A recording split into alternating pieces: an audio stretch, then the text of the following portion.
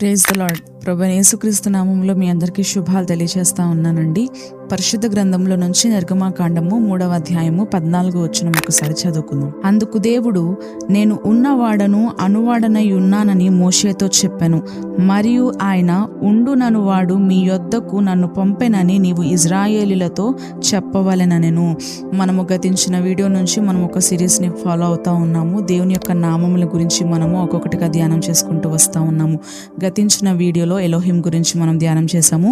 ఈ రోజున మరి ప్రత్యేకముగా యావే గురించి మనం ధ్యానం చేసుకోబోతా ఉన్నాము. అంటే ఉన్నవాడను అనువాడనై ఉన్నటువంటి దేవుని యొక్క నామమును గురించి, ఆ యొక్క ప్రభు నామమును గురించి మనం ధ్యానం చేసుకోబోతా ఉన్నాము. ఇదొక సేక్రెడ్ నేమ్ అని మనం చెప్పుకోవచ్చు దేవునికి. అయితే ఈ యొక్క వచనం మనం చదువుకుంటూ ఉండినప్పుడు, అయితే ఈ యొక్క విషయంలో అంటే దేవుడు సర్వ స్వతంత్రుడు, అంటే ఆయనకు ఆదియు అంతము లేనటువంటి దేవుణ్ణి మనము కలిగి ఉన్నాము. ప్రతి ఒక్క జీవితానికి సమస్తము సమకూర్చేటువంటి దేవుడు మనకు తోడుగా ఉన్నాడు అనే యొక్క ధైర్యాన్ని మనము ఈ యొక్క వచనం నుంచి మనము పొందుకోవచ్చండి. అయితే ఇందులో నుంచి ఒక 3 ప్రాముఖ్యమైనటువంటి విషయాలు మీతో మాట్లాడాలని ఆశపడతా ఉన్నాను. మొట్టమొదటిది, నేను ఉన్నవాడను అని దేవుని యొక్క వాక్యము సెలవిస్తూ ఉంది.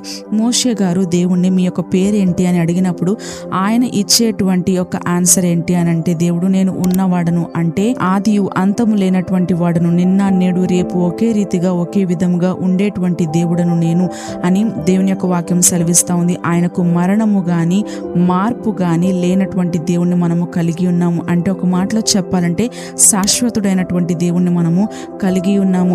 రెండవది, దేవుని యొక్క సర్వసమర్థత. అంటే ఈ యొక్క వచనము అంటే నేను ఉన్నవాడను అనువాడనై ఉన్నాను అని మోషే గారితో దేవుడు చెప్పినప్పుడు కేవలము తన గురించి తానే తెలియపరచడం లేదు, కానీ ప్రతి ఒక్కరి జీవితంలో అవసరమైతే ఆయన ఆదిగా మారేటువంటి దేవుడు.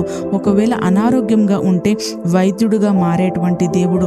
ఒకవేళ ఒంటరిగా ఉంటే స్నేహితుడిగా, భయముతో ఉంటే ఒక ఆదరణకర్తగా మారి మనలను ఆదరించి అక్కున చేర్చుకునేటువంటి దేవుణ్ణి మనము కలిగి ఉంటా ఉన్నాము. మూడవది ఏంటి అని అంటే, నేను మీకు తోడుగా ఉంటానని మోషే భయపడతా ఉండినప్పుడు దేవుడు తన యొక్క నామాన్ని గురించి ఎత్తిపట్టి వాగ్దానము చేస్తూ మోషే గారిని ఎంతగానో బలపరిచి ముందుకు నడిపించేటువంటి నాయకుడిగా తీర్చిదిద్దినట్లుగా మనం పరిశుద్ధ గ్రంథము జాగ్రత్తగా పరిశీలన చేస్తే మనకి అర్థమవుతా ఉంటుంది.